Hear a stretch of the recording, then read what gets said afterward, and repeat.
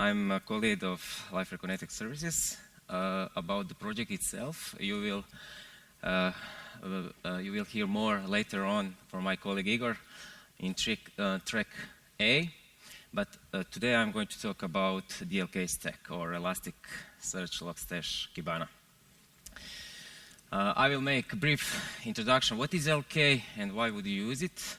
Then I will talk more about two main parts of the stack. They are called Logstash and Kibana. And then I will show you a real use case how actually we are using the stack on the Liferay Connected Services project. How many of you have never heard about ELK? Or okay, so most of you have heard something, so you will be familiar with presentation. So, what is the ELK stack? So, it consists actually of three services. The first one is Elasticsearch. That's a powerful open source search analytics engines. You probably heard it because Liferay is using it also for searching. Then we have Logstash. It helps you to take all your logs, to save them in one central place for additional processing and transformation. And then the last part is Kibana. Kibana is visualization engine, that is web application that actually allows you to explore and visualize your data that are actually indexed and stored in Elasticsearch. So why would you actually use that stack? The first thing is to centralize your logs, to organize them and allow them for searching, and to get data actually faster. It means that you don't need to, if you have some big system that is distributed with lots of servers, it means you don't need to go on server one by one and look for your logs and see what's going on. Then you can search your logs from one central place. Also, being used that stack, you should be able much easier to discover, to diagnose your problems in your system, to get answers to questions like why my database is slow, where actually my exceptions are happening in my system. Or depending what you are actually putting into your logs, you can get answers like when I would schedule my system, how many users sign up this week. It depends what messages are you actually putting into your logs. So for what types of logs you can use the ELK? You can use for any type of logs. You can use for Liferay logs, you can use for Apache logs, you can use it for Tomcat logs, for any type of logs, because to be able to parse logs, you are using regular expressions.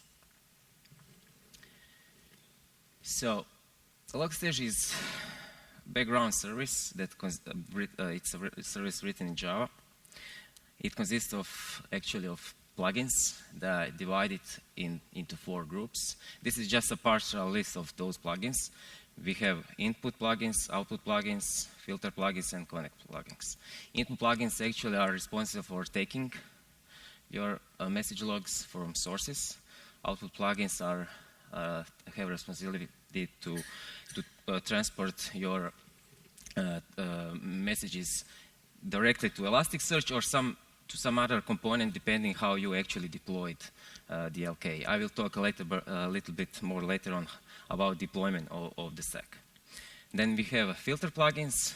They are responsible for processing and transformation of your message logs, for actually structuring your logs, so Elasticsearch can index those structured messages, and that way you will be able to search your logs in giving various inputs, because messages will be stored in a structure in your desired structure. And the last one are codec plugins. They are used actually together with input or output. They allow you to transform format of your message logs. So when you are dealing with Logstash, because it's a backend service, you are actually mostly dealing just with configuration. So it consists of input, filter, and output parts. In each of those parts, you are actually configuring plugins you are using depending on the type. Kibana. Kibana, as I said, is a web application. It's written in Node, I think Node.js, because Elasticsearch company, they bought Kibana and they bought, I think, Logstash. So Kibana is not written in Java like Elasticsearch and Logstash. It's a web application.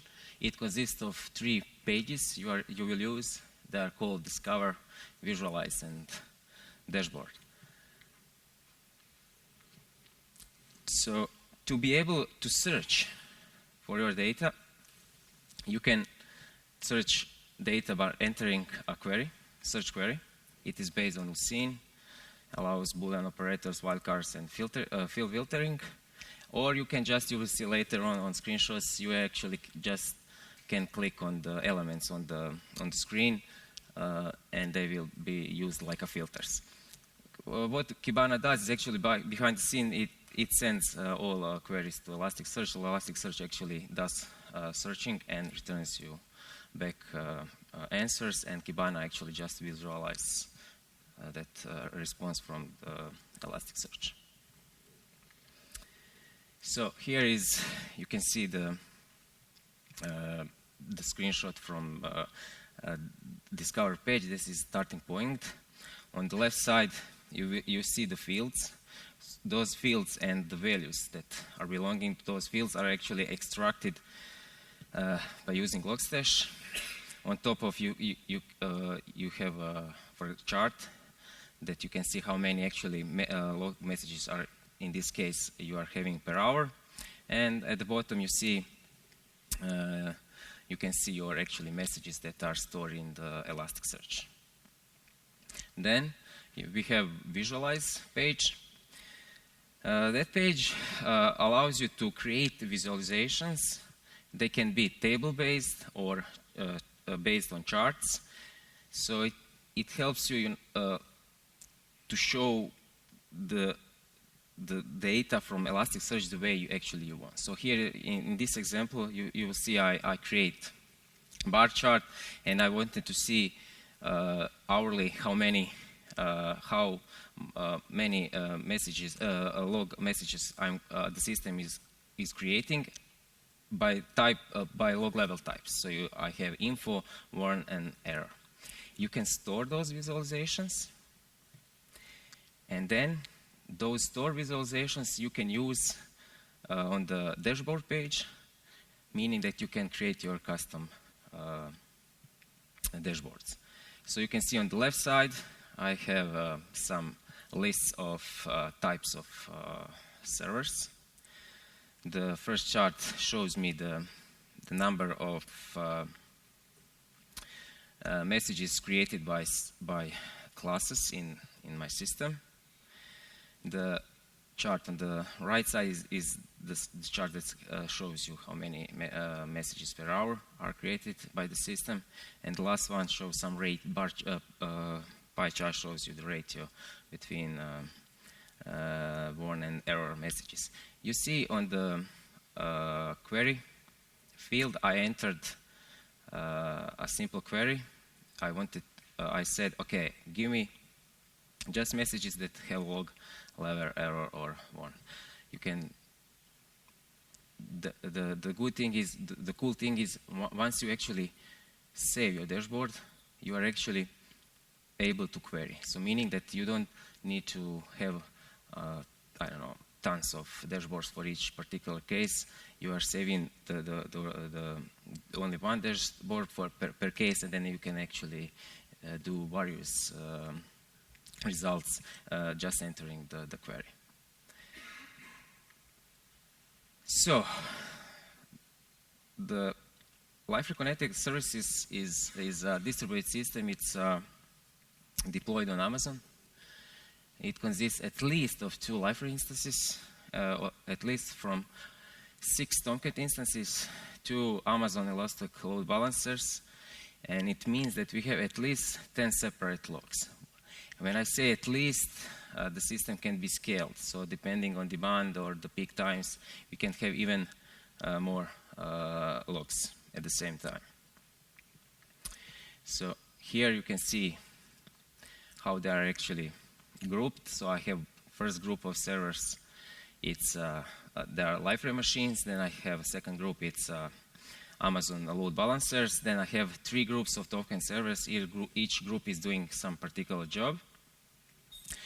Then I have a Logstash machine, a Logstash service, Liferay group of services, and Tomcat. They are sending log messages, meaning content of log files with Logstash forwarder. That's small agent that's written in Go. You install it on a machine where are your servers, and it sends log messages directly via TCP/IP to Logstash. Amazon load balancers, they are saving access logs to S3. So there is another input plugin that is able to read from directories from S3 directly. Once those messages are processed and structured, then Logstash actually transport, in this case, directly to Elasticsearch, and Elasticsearch then index and store those messages for later search. And when I want to actually search those data, those logs, then I actually use Kibana. Kibana is communicating with Elasticsearch, sending queries and getting and visualize the response. So here's just an example, quick part of our configuration, how, for example, looks configuration for input plugins. So here you can see Lumberjack. Lumberjack is the input plugin that listens on TCP/IP on port 5000 and listens for content that Logstash forwarders are sending. And the second one is S3 input plugin. Here you can see it's reading all log files that are in bucket called LCS logs. So S3 is Amazon distributed storage. Bucket is just something like, let's say, directory. A Logstash filter. Here you see also configuration for 2 filter plugins. They are called Multiline and Grok. Those are, I would say, one of the most common plugins you will use if you are going to use the Logstash, the ELK stack, sorry. So Multiline filter actually puts multi-line messages into single line, because it is useful for actually stack traces, because in your logs files, your stack traces are multi-lines, and in order to be able to process them and to take all informations for those logs, you first need to transfer them to one line to be able to later on to process them and structure. So here we are using, we are saying, okay, if each line doesn't start with some time that is described with this log4j stamp pattern, then just merge this line with the previous one. So it means it's gonna line by line and merge all lines until it finds the first line of the next stack trace or some other message in the log file. So Grok filter actually is filter that you will mostly commonly use if you want to structure your log messages, because if you are sending to Elasticsearch structured log messages, then actually later on you will be able to search those your data that are stored in Elasticsearch with various inputs. So it uses regular expressions. So in order to help with writing a regular expression, you can use Grok debugger on the following URL. So here is just a partial configuration from our system. So here you will see I have some array of regular expressions, and I'm saying here, okay, if the coming message matches one of those regular expressions, then actually parse the message, take all values and put them into fields. Here you see some fields like log level, a log message, and then just mark that message as a parse. Also, you will see here some patterns. I will explain what they are. Mostly, when you are writing those expressions, you will use some common regular expression. So to avoid to every time write those expressions from the beginning, you can actually use some already predefined that are coming with a Grok filter, or even you can actually write your custom regular expressions, and then you can actually use them not later on. So you can see here I have a list of some custom-based regular expressions that are actually used when for a format that actually log4j is using. So this is a screenshot from the Kibana. So you can see here the original message, and you see here a field that is called thread name.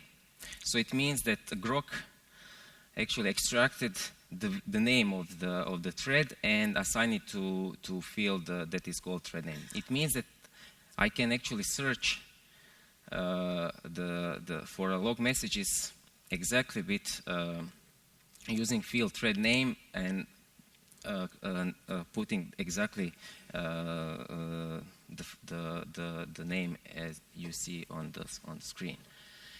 Here you can see the name of the class, because it's the exception happened in GSP. So because GSP is compiled to Java class, this is the name of Java class, and the name is also mapped to field name class name. Here you can see the line number where actually exception happened and where it was written to log. Its field name is source line. You can create those names whatever you want. It's up to you when actually writing regular expressions for Grok. Here is the message actually you get from stack trace. It's also assigned to log message field. Here we have a configuration for output plugin, and the first statement says, okay, if everything is fine, just to send everything to the message to Elasticsearch. Otherwise, if the parsing failed, then actually write the message to log file.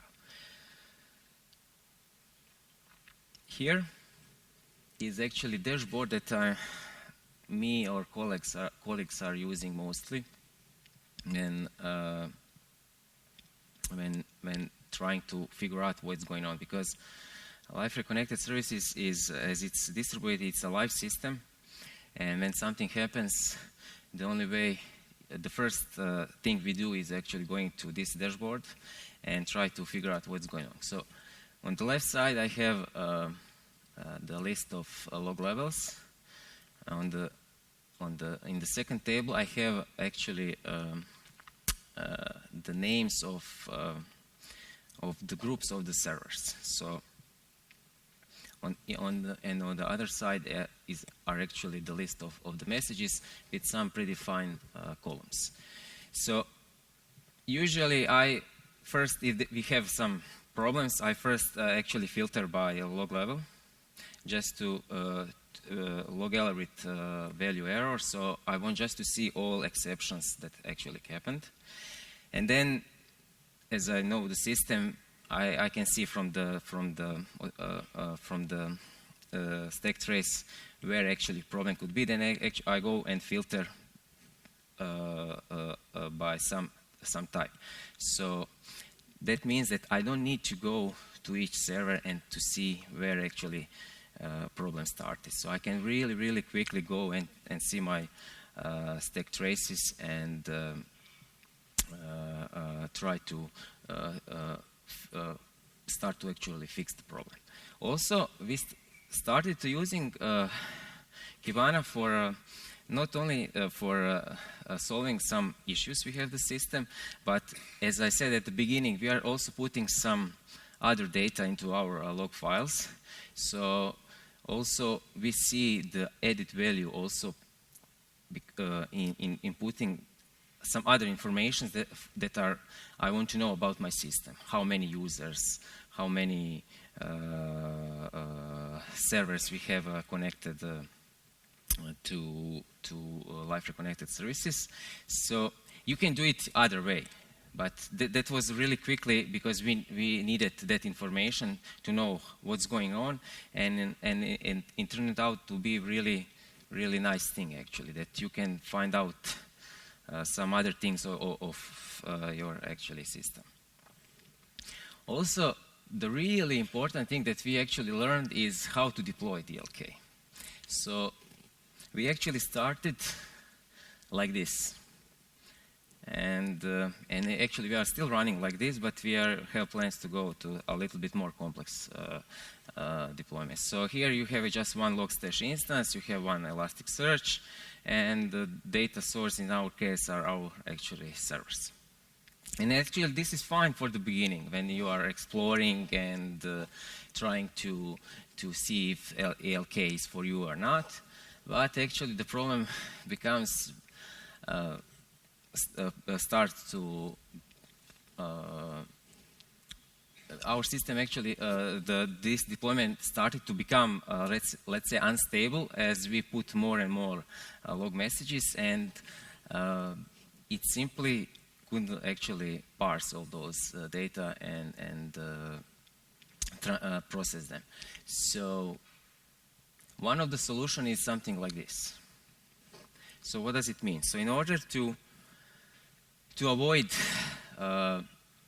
problems, we had actually the most problems we had it was with Logstash, because Logstash can be really CPU intensive, especially if you are having lots of filters.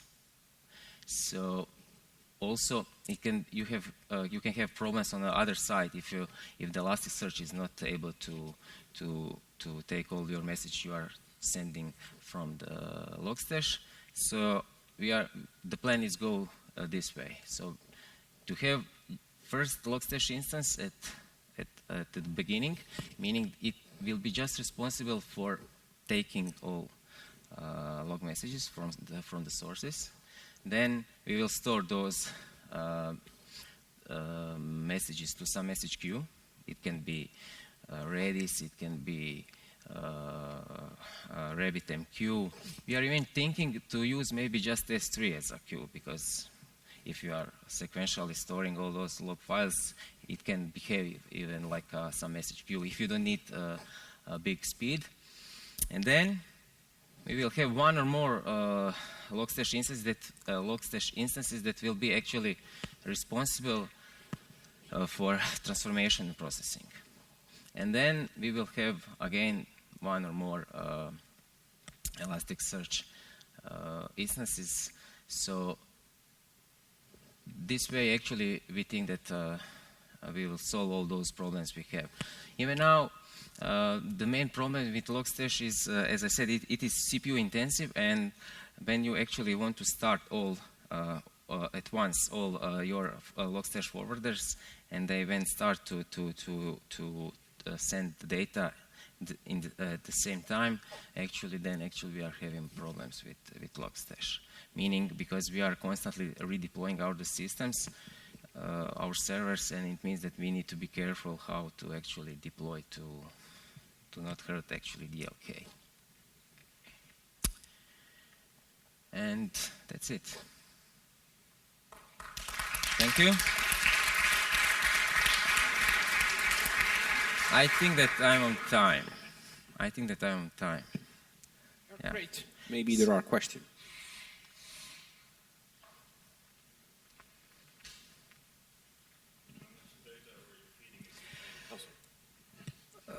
We are actually getting currently about a few gigabytes a day and logs, because lots of access logs are the main problem. They are actually creating lots of logs. And actually we are deleting them. I think we are just storing for 3 days currently. Because, as I said, mainly we are using for